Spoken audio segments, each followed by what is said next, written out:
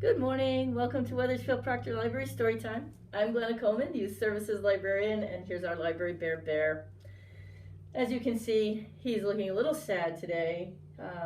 He's been wanting to get out and about, and he just can't because he can't drive. So I thought maybe we'd cheer him up by reading about some vehicles that can move. Our first book for today is called Monsters Trucks. This is written by Rebecca Van Slyke and it's illustrated by Joe Sutphin. Monsters Trucks. You can see we have all different kinds of vehicles in this story. Here we go. Monsters Trucks, written by Rebecca Van Slyke, illustrated by Joe Sutphin.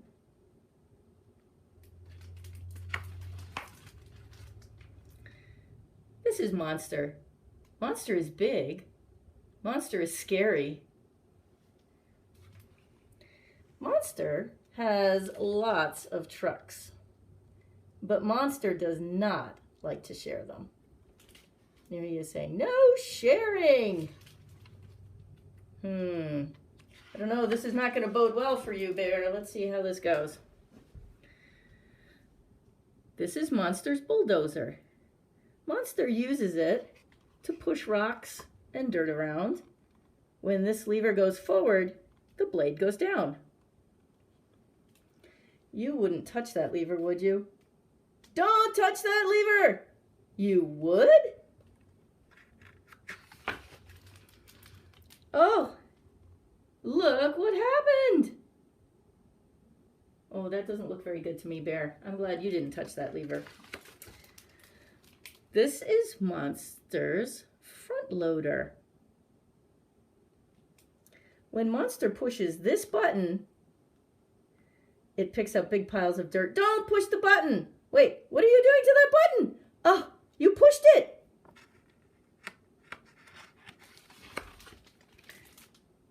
Grrr!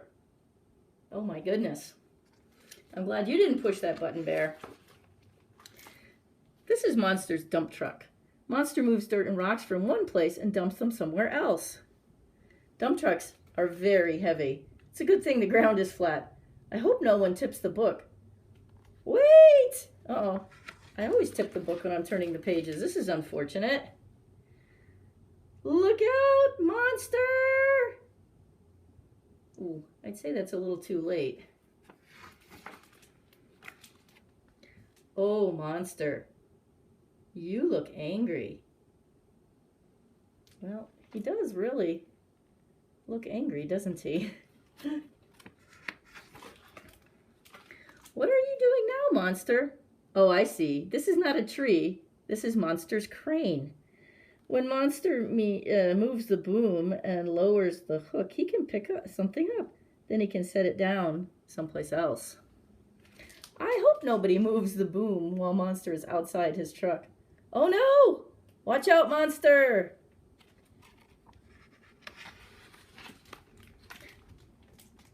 Ah! Oh, Monster, you look a little dizzy. You'd better go lie down.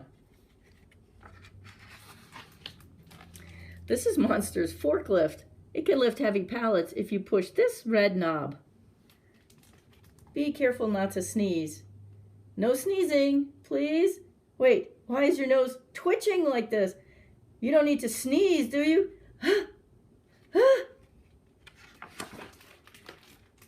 Shoo!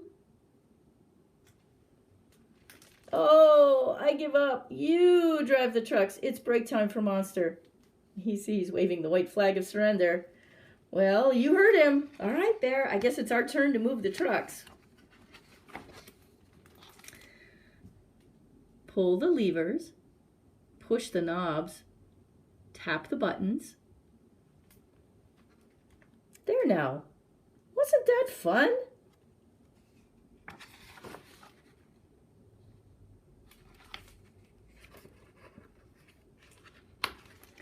Monster isn't sure. But what's this?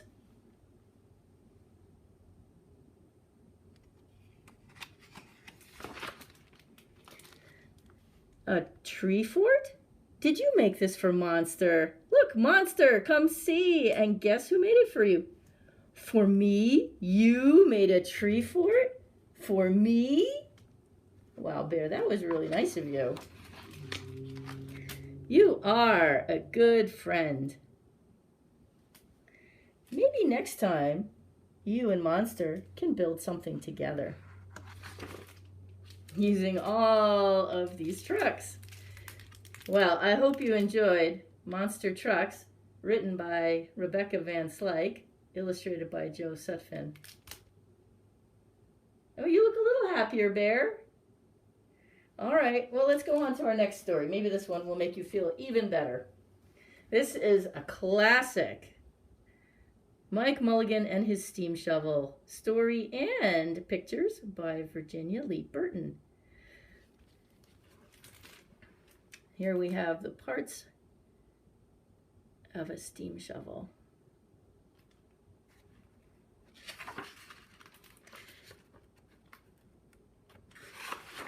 Mike Mulligan and his steam shovel. To Mike. Now, you're going to see this little boy again. Make sure you watch for him. Mike Mulligan had a steam shovel, a beautiful red steam shovel. Her name was Mary Ann. Mike Mulligan was very proud of Mary Ann. He always said that she could dig as much in a day as 100 men could dig in a week. But he had never been quite sure that this was true. Mike Mulligan and Mary Ann had been digging together for years and years. Mike Mulligan took such good care of Mary Ann, she never grew old. It was Mike Mulligan and Mary Ann and some others who dug the great canals for the big boats to sail through.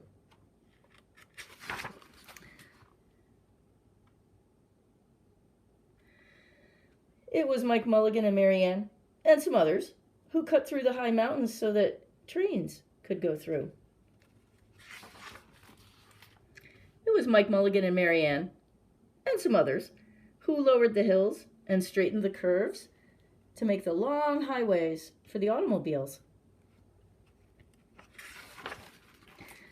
It was Mike Mulligan and Mary Ann and some others who smoothed out the ground and filled in the holes to make the landing fields for the airplanes. It was Mike Mulligan and Mary Ann and some others who dug the deep holes for the cellars of the tall skyscrapers in the big cities. When people used to stop and watch them, Mike Mulligan and Mary Ann used to dig a little faster and a little better. The more people stopped, the faster and better they dug. Some days they would keep as many as 37 trucks busy taking away the dirt they had dug. Then along came the new gasoline shovels and the new electric shovels and the new diesel motor shovels and took all the jobs away from the steam shovels. Mike Mulligan and Mary Ann were very sad. This says no steam shovels wanted. All the other steam shovels were being sold for junk or left out in the old gravel pits to rust and fall apart. Mike loved Mary Ann. He couldn't do that to her. He had taken such good care of her that she could still dig as much in a day as 100 men could dig in a week. At least, he thought she could, but he wasn't quite sure. Everywhere they went, the new gas shovels and the new electric shovels and the new diesel motor shovels had all the jobs. No one wanted Mike Mulligan and Mary Ann anymore. Then one day, Mike read in a newspaper that the town of Popperville was going to build a new town hall. "We are going to dig the cellar of that town hall," said Mike to Mary Ann, and off they started. They left the canals and the railroads and the highways and the airports and the big cities where no one wanted them anymore and went away out in the country. They crawled along slowly up the hills and down the hills till they came to the little town of Popperville. When they got there, they found that the selectmen were just deciding who should dig the cellar for the new town hall. Mike Mulligan spoke to Harry B. Swap, one of the selectmen. "I heard," he said, "that you are going to build a new town hall. Mary Ann and I will dig the cellar for you in just one day." "What?" said Henry B. Swap. "Dig a cellar in a day? It would take 100 men at least a week to dig the cellar for our new town hall." Sure, said Mike, but Mary Ann can dig as much in a day as 100 men can dig in a week. Though he had never been quite sure that this was true. Then he added, if we can't do it, you won't have to pay. Henry B. Swap thought that this would be an easy way to get part of the cellar dug for nothing, so he smiled in rather a mean way and gave the job of digging the cellar of the new town hall to Mike Mulligan and Mary Ann. Oh, there's that little boy. They started in early in the morning, just as the sun was coming up. Soon a little boy came along. Do you think you will finish by sundown? He said to Mike Mulligan. Sure, said Mike. If you stay and watch us, we always work faster and better when someone is watching us. So the little boy stopped to watch. Then Mrs. McGillicuddy, Henry B. Swap, and the town constable came over to see what was happening, and they stayed to watch. Mike Mulligan and Mary Ann dug a little faster and a little better. This gave the little boy a good idea. He ran off and told the postman with the morning mail, the telegraph boy on his bicycle, the milkman with his cart and horse, the doctor on his way home, and the farmer and his family coming into town for the day, and they all stopped and stayed to watch. That made Mike Mulligan and Mary Ann dig a little faster and a little better. They finished the first corner neat and square, but the sun was getting higher.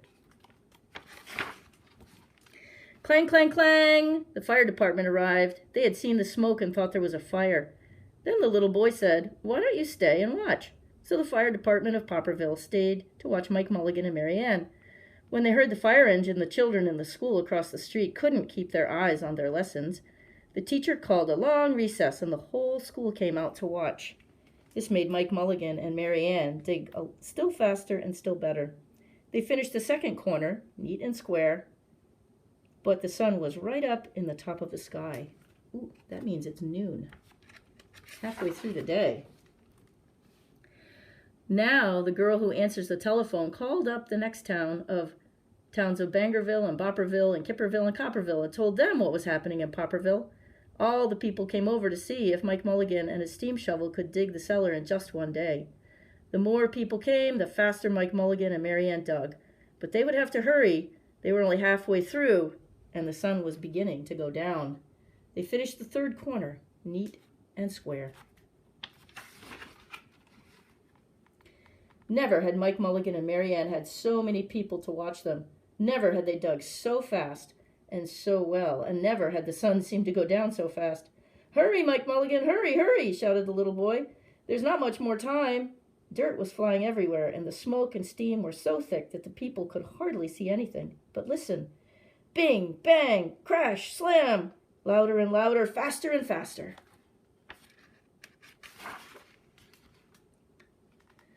Then suddenly it was quiet. Slowly the dirt settled down. The smoke and steam cleared away, and there was the cellar, all finished. 4 corners, neat and square, 4 walls, straight down, and Mike Mulligan and Mary Ann at the bottom, and the sun was just going down behind the hill. Hooray, shouted the people, hooray for Mike Mulligan and his steam shovel. They have dug the cellar in just one day. Suddenly, the little boy said, how are they going to get out? That's right, said Mrs. McGillicuddy to Henry B. Swap. How is he going to get his steam shovel out? Henry B. Swap didn't answer, but he smiled in a rather mean way. Then everybody said, how are they going to get out? Hi, Mike Mulligan, how are you going to get your steam shovel out? Mike Mulligan looked around at the 4 square walls and 4 square corners, and he said, we've dug so fast and we've dug so well that we've quite forgotten to leave a way out. Nothing like this had ever happened to Mike Mulligan and Mary Ann before, and they didn't know what to do. Nothing like this had ever happened before in Popperville. Everybody started talking at once, and everybody had a different idea, and everybody thought that his idea was the best. They talked, and they argued, and they fought till they were worn out, and still no one knew what to do. How to get Mike Mulligan and Mary Ann out of the cellar they had dug. Then Henry B. Swap said, the job isn't finished because Mary Ann isn't out of the cellar, so Mike Mulligan won't get paid, and he smiled again, in a rather mean way. Now, the little boy, who had been keeping very quiet, had another good idea. He said, why couldn't we leave Mary Ann in the cellar and build the new town hall above her? Let her be the furnace for the new town hall, and let Mike Mulligan be the janitor. Then you wouldn't have to pay buy a new furnace, and we could pay Mike Mulligan for digging the cellar in just one day. The acknowledgement for this is to Dickie Birkenbush. I guess he had that idea. Why not? Said Henry B. Swap, and smiled in a way that was not quite so mean. Why not? Said Mrs. McGillicuddy. Why not? Said the town constable. Why not? Said all the people. So they found a ladder and climbed down into the cellar to ask Mike Mulligan and Mary Ann. Why not? Said Mike Mulligan. So it was decided, and everybody was happy.